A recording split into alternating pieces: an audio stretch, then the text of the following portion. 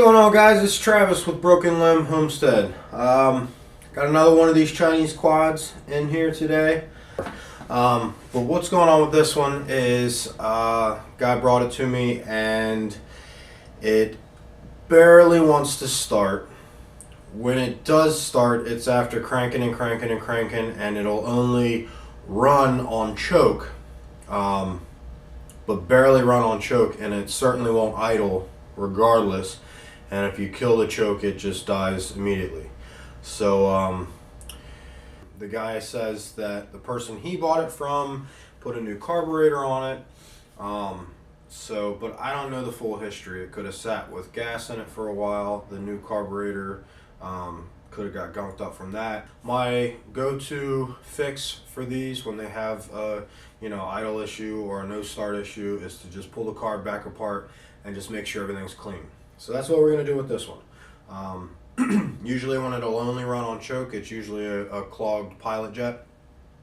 So we're going to make sure the fuel filter is clean, and we're going to clean the carb, and hopefully that does the trick. So stick around. I'm going to try and sneak around this and pull the battery and maybe lift the body and kind of turn it off to the side just enough to get to the carburetor and get it out of there. The person who has me looking at this, they had already taken all the body screws out, so everything's loose. The only thing holding it from really kind of moving out of the way is the battery. So let's go ahead and take the battery off.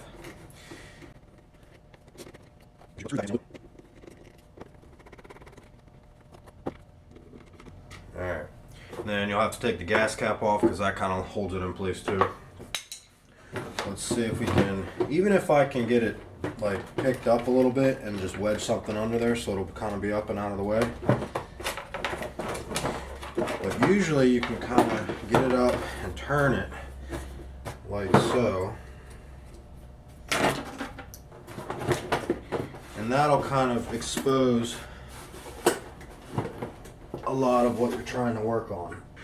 Alright guys, kind of hard to get the camera in there, so I'm gonna bring it down and just show you guys, and then take the camera back out and take it apart. So basically, to get the carburetor off, the easiest way I've found is to just pull that screw out, that bolt. There's a bolt on the other side that'll take the entire carburetor off. There is a throttle cable that comes into that top center part. That's your throttle slide. So that will have to be disconnected to get it out. And then obviously the fuel line. So I like to clamp the fuel line off, and when you pull that center throttle out, you're gonna have like a slide with a spring on it. I can show you once I get it out. And you kind of just set that aside for the time being. So I really want to get in here and show you guys what I'm talking about. This here is your throttle. That's your throttle cable coming down from your thumb grip. And when you pull this out, there's going to be a spring. Now don't worry, in theory, as long as everything is put together properly, all this should be held together with a retaining clip. You don't have to worry about it like springing out and losing any parts.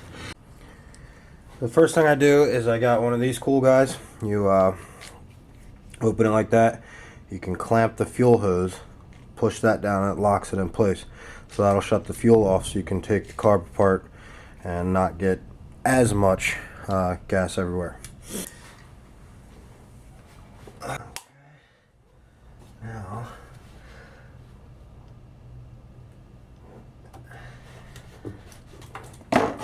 we'll get a little bit of running out, but hopefully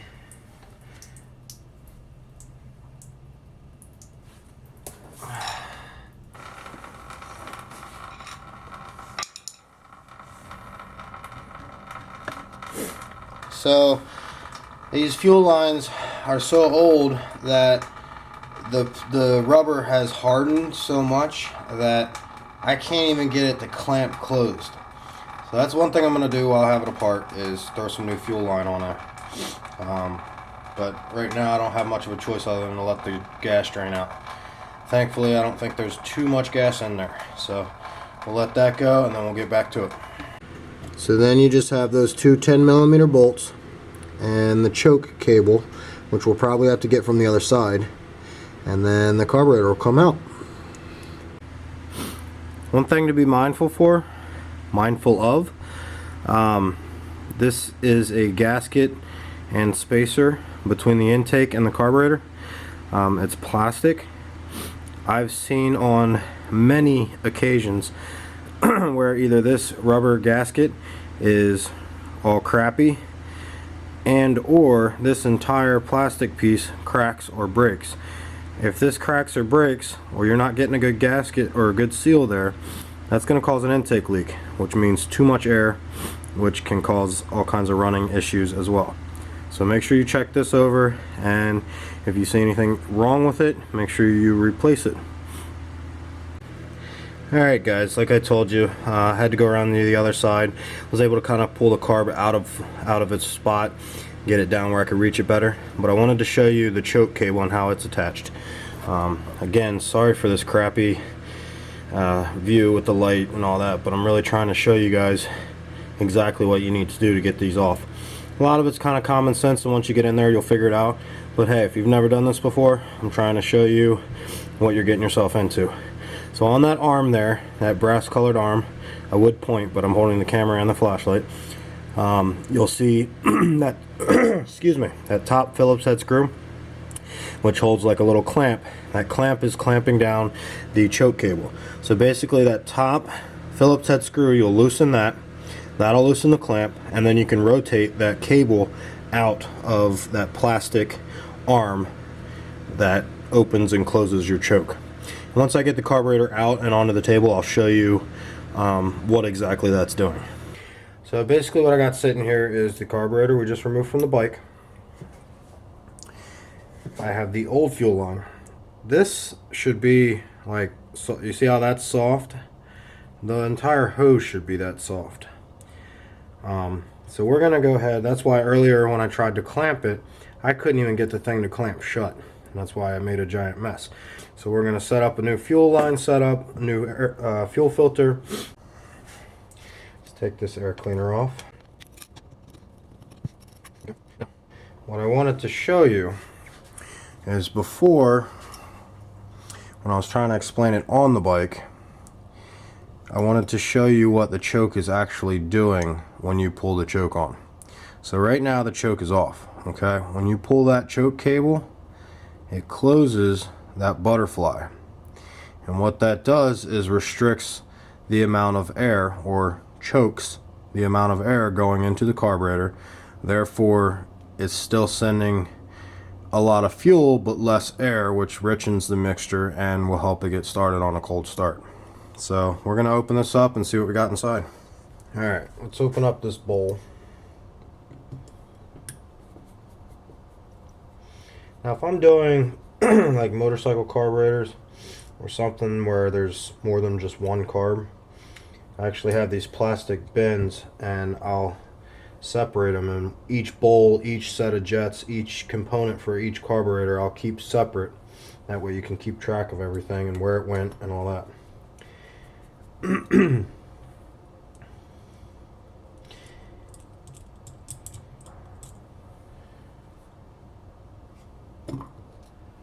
Okay, yeah, look at all that. Look at all that gunk in there. Come on, focus, baby. Well, focused or not. Come on, this damn thing. Focused or not, you can see the amount of gummed up fuel that's down inside there. The bowl is just as nasty. So I'm very confident that we can clean all this out and we'll be good to go. So unfortunately, I don't have a ultrasonic cleaner, I don't have a solvent tank, I don't have any of that. So I got to do it old school and just use carburetor cleaner, compressed air. I don't like using any kind of anything that's abrasive, or I don't like using you know, anything that you got to send through the jets, because they're so small I don't want to scratch them or damage them. So hopefully we can get everything cleaned out with just carburetor cleaner and compressed air. Yeah, look at all that.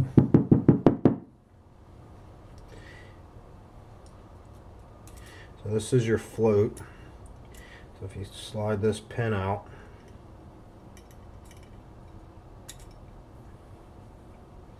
that float will come out. Got to make sure that that little needle on the bottom of the float stays there, doesn't fall off. Alright, and there's just all kinds of, look at all that. So sure. Alright, so let's pull, this is your main jet here. So let's pull that out. It's not even tight. That wasn't even that wasn't even seated all the way. So we're going to pull that out. Now, I'd be willing to bet she is clogged up. So I'm not going to bother trying to show you on camera because it's kind of pointless. You won't be able to see it. But if you hold that jet up to light, you should be able to see through it. Now this one I can see through slightly, ever so slightly, but I feel like it's not all the way. So, I mean, there's just gunk everywhere. This thing is nasty. Alright, then we'll pull out this jet here.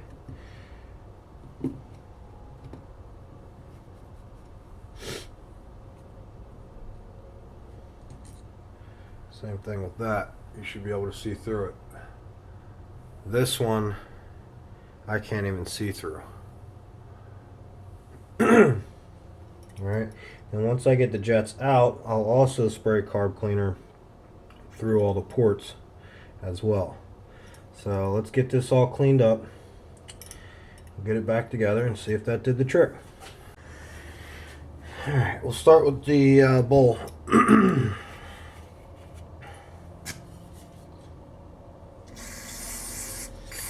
You want to make sure not to only get the jets and everything cleaned out, you want to get everything cleaned out, because what will happen is when you put it all back together, all that stuff will eventually work its way.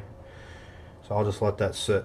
All that stuff will eventually work its way back through the fuel system and through the jets, and then the jets will be clogged anyway. So you want to make sure you get everything cleaned out. So a lot of times, conveniently enough, the nozzle on the carb cleaner will fit right down in there, and you can spray through it. I'm going to also blow compressed air through there. So now when I look through there, she's nice and clear and clean. Okay, same thing with the other jet.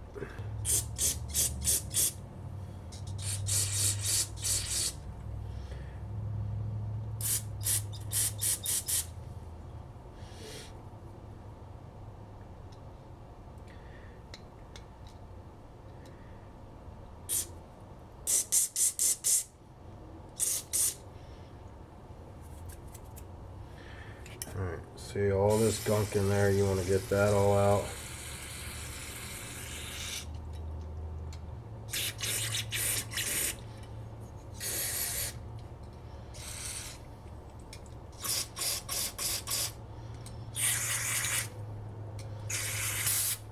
Now if you want your hands to be nice and pretty, I'd recommend wearing gloves.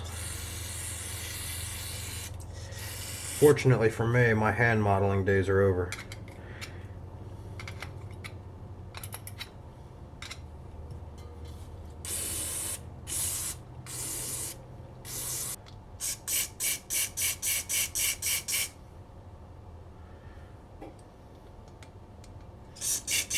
Now, a lot of people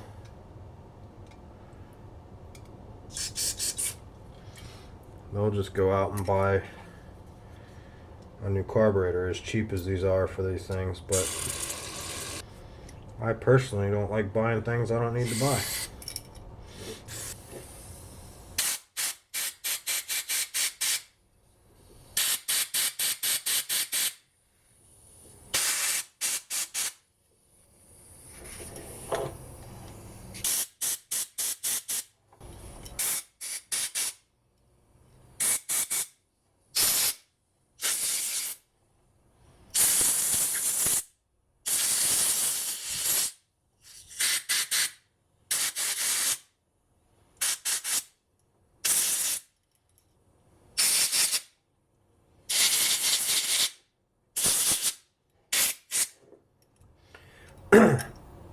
Alright, I do know the person that I'm working on this for had messed with the idle and the fuel mixture screw. So I'm going to go ahead and set them back to factory-ish settings. So with your air fuel mixture screw, different things I read say you seat this, barely seat it, and you back it out. I've heard 1.5 to 2. So I'm going to start with 1 turn out, get it back on the bike, and see what we can do when we start tuning. This is your idle screw. So the more you take it in, the higher the idle will be. The more you take it out, the lower the idle will be. So I'm going to kind of back it out pretty far so we'll have a lower idle. And again, we'll mess with that once we get it back on the bike. So we'll take this in till it barely seats. Okay. And we'll back it out. There's 1 turn. You know what? Matter of fact, I'm going to actually take that out. Make sure that port's clean too.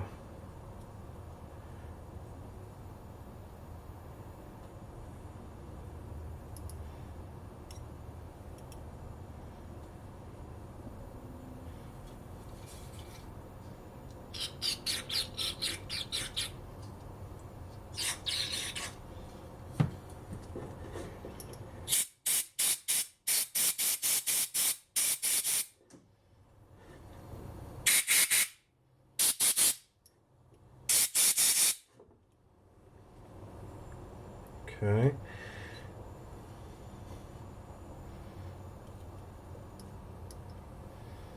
So again, take this in. You don't want to crank it down super tight. So you want to just go until you feel it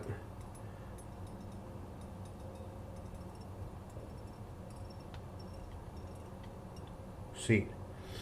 Okay. And then we're going to go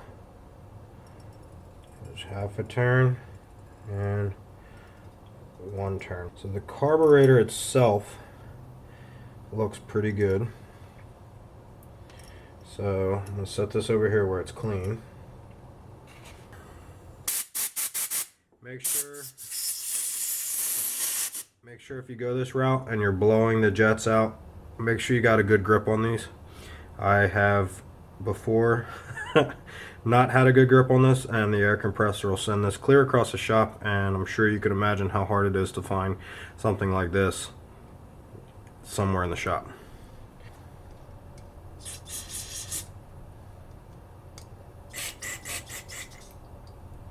I like to plug the end too because there's actually little orifices on the side there. So if you plug the end and then do it,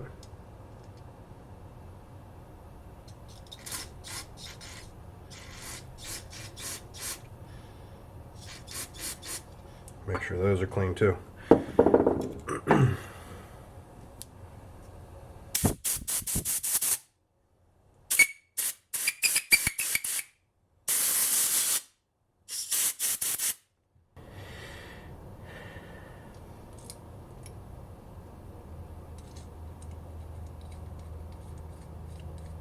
There we go.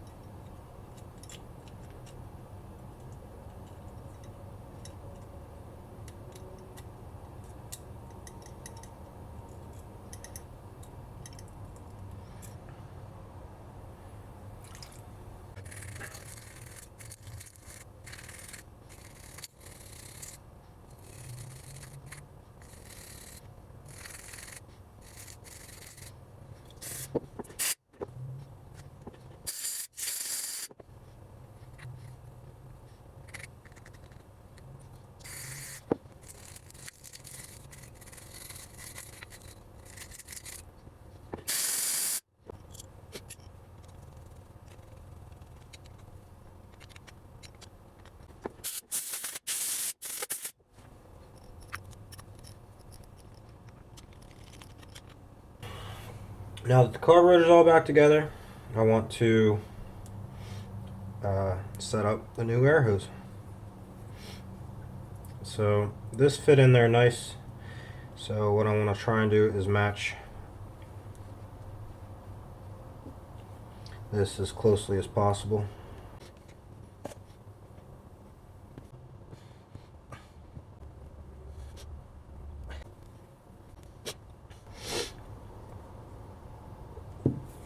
Alright, let's put it back on the bike.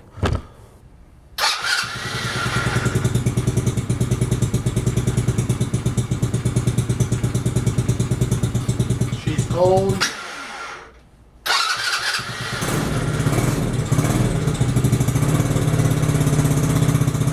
We'll let her get warmed up and then we'll try to tune the car.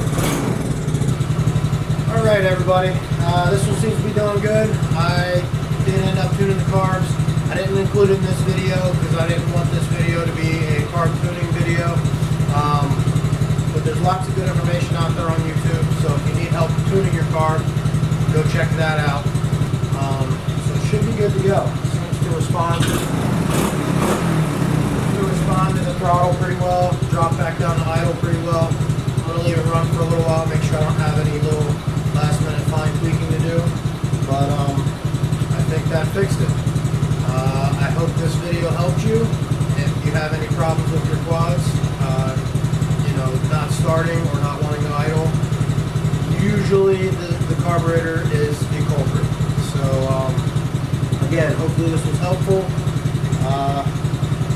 If you like this video, please check out some of my others and consider subscribing. And I'll catch you on the next one. Thanks.